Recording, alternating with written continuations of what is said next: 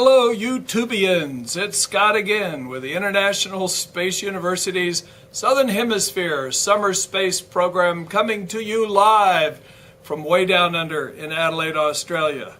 We have again with us our very favorite faculty member, Chairman Joe Pelton. And Joe, I want to ask you a little bit about the very early days. ISU had its 25th anniversary last year in 2012.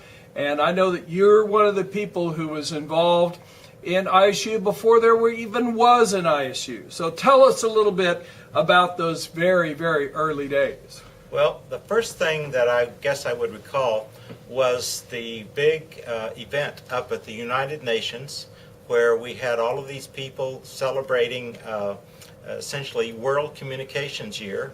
And my boss, who was the Secretary General of Intelsat, went up to make a speech, and key people from the International Telecommunications Union came, but also Arthur C. Clarke came and gave a speech.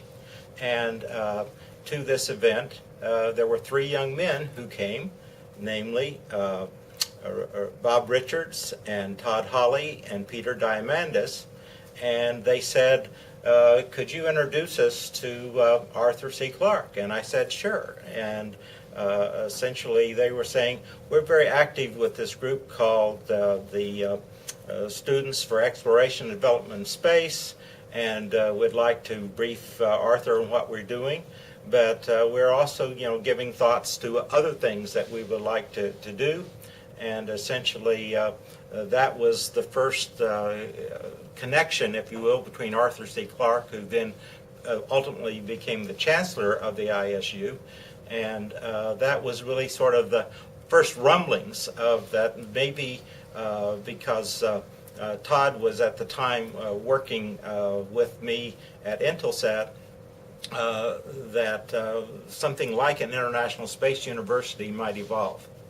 And you were, of course, at the founding conference at MIT. Can you tell us a little bit about what that was like? Well, it was a great event, but maybe I would just share that the fact that Todd Hawley was doing some interviews for our oral history program at Intelsat, and he saw that here was a functioning organization that had about 70 different nations represented on the staff, and that we were working together in harmony and doing good and interesting things, that he really started thinking, hey, maybe we could have a university sort of based a little bit on this model of at least having all of this international participation and what have you.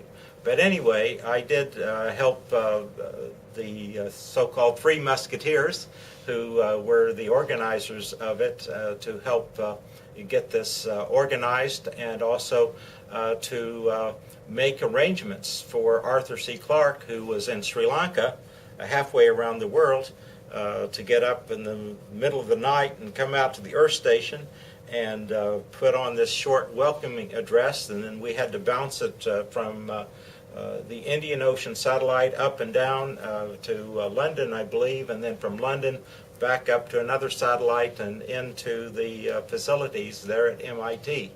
And as you recall, that we said, and here's Arthur Clarke, and what we got was a big screen full of snow, and everybody said, oh no, Pelton has screwed it up again. But actually a few seconds later, and there was Arthur Clarke in his Nehru jacket giving his words of welcome to that event. And the event, I thought, went very well. There were lots of very interesting people there.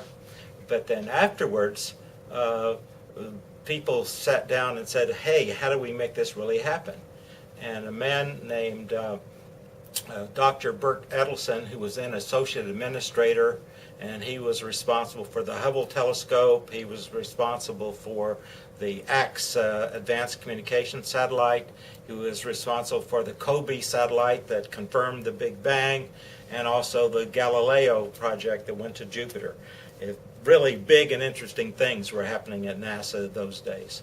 And anyway, Bert said, hey guys, you don't have to go out and hire a noted educator to be head of this group. This is an entrepreneurial event that you can get off the ground yourself. I'm going to give you a grant, arrange for a grant from NASA. I'm going to get my colleagues at the European Space Agency, make another grant, and then we hopefully will have enough resources for you guys to get this off the ground next year up here at MIT. And that's exactly what happened. And the rest is history. And the rest is history, and they're coming to get us now. You can hear the ambulance behind us. So, Joe, thanks so much for coming.